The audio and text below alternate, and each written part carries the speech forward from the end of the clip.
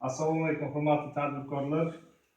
Bugun banklarga rahbariyat tomonidan tadbirkorlar bilan uchrashib, ularni masalalarini hal qilgan holda yangi ish o'rinlarini tashkil qilish rahbariyat tomonidan aytilgan. O'shanga asosan bugun navbatdagi sayyor qabulimiz bank binosida o'tkazilmoqda.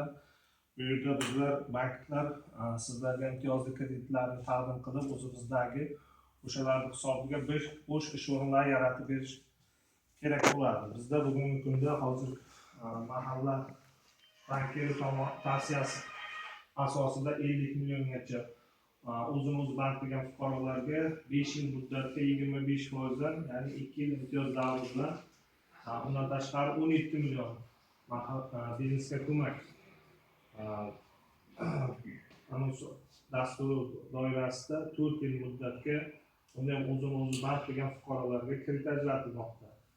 Bundan tashqari yuridik tashkilotlarimizga, ya'ni 312-qaror asosida 300 milliongacha o'z tadbirkorligini boshlagan tadbirkorlarga 22% dan ajratib kelmoqdamiz. Bunda 300 milliongacha garov ta'minoti bilan 100 milliongacha bo'lsa garovsiz, ya'ni garovsiz ajratilmoqda. Bu bizning tumanimiz ikkinchi toifaga kirganligi sababli 22% dan berilmoqda. Bundan tashqari yoshlarga,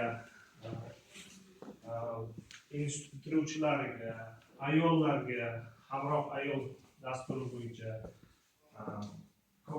institut bitirgan yoshlarga 61-qaror bo'yicha